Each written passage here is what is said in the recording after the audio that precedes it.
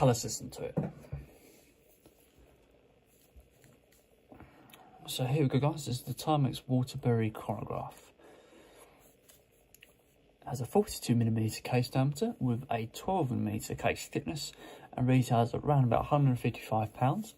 The weight of this watch probably is around about 100 grams. So it's not a heavy watch. It's probably also the fact that you've got a leather strap with it as well.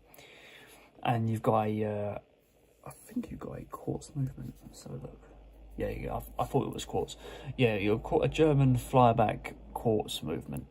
Quite a decent quality to it. So let's have a look at the dial here. So the dial is like a matte sort of navy bluish style colour. Quite hard to describe that colour. Obviously there's lots of detail going on here. Fully luminous hands and a nice seconds hand here with that Timex logo just sitting on the end there. Obviously this watch is quite unique in the way that it's how it's presented in terms of these little dials here. These third dials down in the bottom here. I suppose they're about a third, aren't they? And at the top here, I think it's designed to be like a sort of a pilot style, aviation style watch. You've even got what I don't often see, which is a sort of it's been years since I've been at school. In terms of the shape, that's quite a unique shape for a date and quite a unique location for a date as well. With the bit between the 2 and 3, usually it's between 3 and sort of 6, but this one's actually between 2 and 3. That's what makes this watch unique as well. That's what I quite like. Inside the actual face of the watch, you've got sort of an interior style chronograph tachymeter. Usually it stamps tachymeter on it, but this one doesn't. But we can obviously see that it is that. Instead, it's just got that Waterbury model in the top there. Quite like how that's presented. And obviously there's lots of markings, all in white as well. Just complements the watch quite nicely. So let's have a look at the chronograph.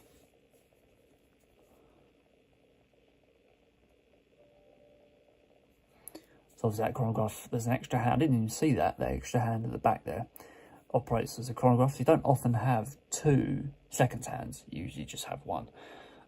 I quite like this watch for its mixture of unique touches to the actual how it's designed. It's really, there's quite a lot of unique stuff going on here. Usually watches have some sort of similarities in some ways, but this one seems to be quite different. So let's pause that chronograph and have a look at the wind back. Simple wind back function.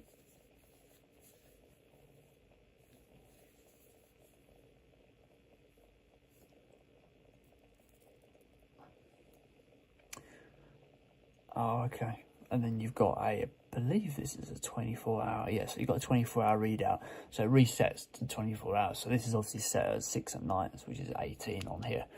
That's quite a nice touch. I did think that was a 24-hour marker. I went silent because I was trying to figure out what it was doing, but then I was like, oh, okay. But yeah, no, it's quite nice. You get 24-hour readout as well. Usually you do get that with a chronograph.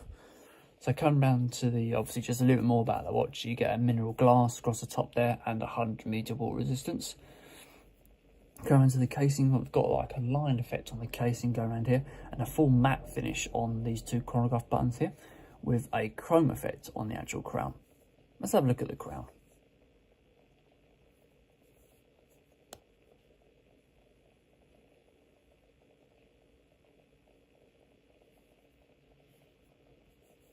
Very strong crown movement.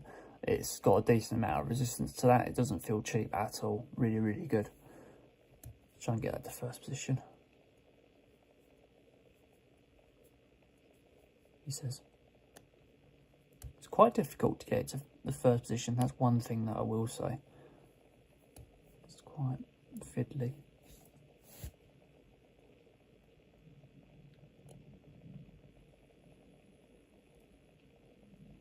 There we go.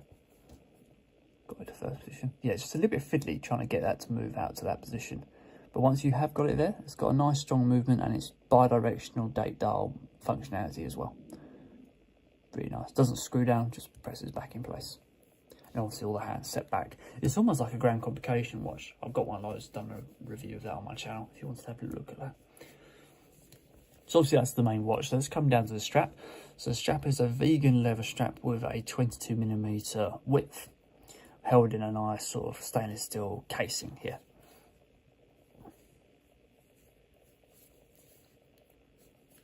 full stitching, line stitching going down the side all the way down to the buckle. So the buckle is a stainless steel lined, matte or matte finish on it, with a single window, a double window holder for these straps. Let's have a little look at that.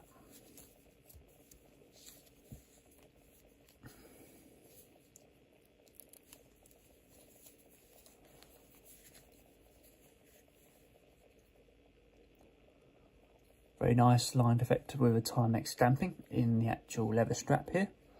No sort of metal components inside the actual holes of the strap to prevent sort of stretch, but I quite like that, because if I wear a watch, I'll wear it nice and tight when it's a leather one at first, then the holes will stretch and there'll be more of a tailored fit to me.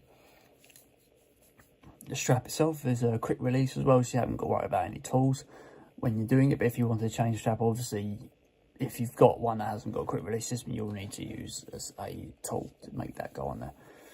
And the back plate I really like with that globe there, the 3D globe, and sort of just how it's presented as well. I've just got a little bit more information about the watch on the back here as well, about its sort of model number, movement, etc.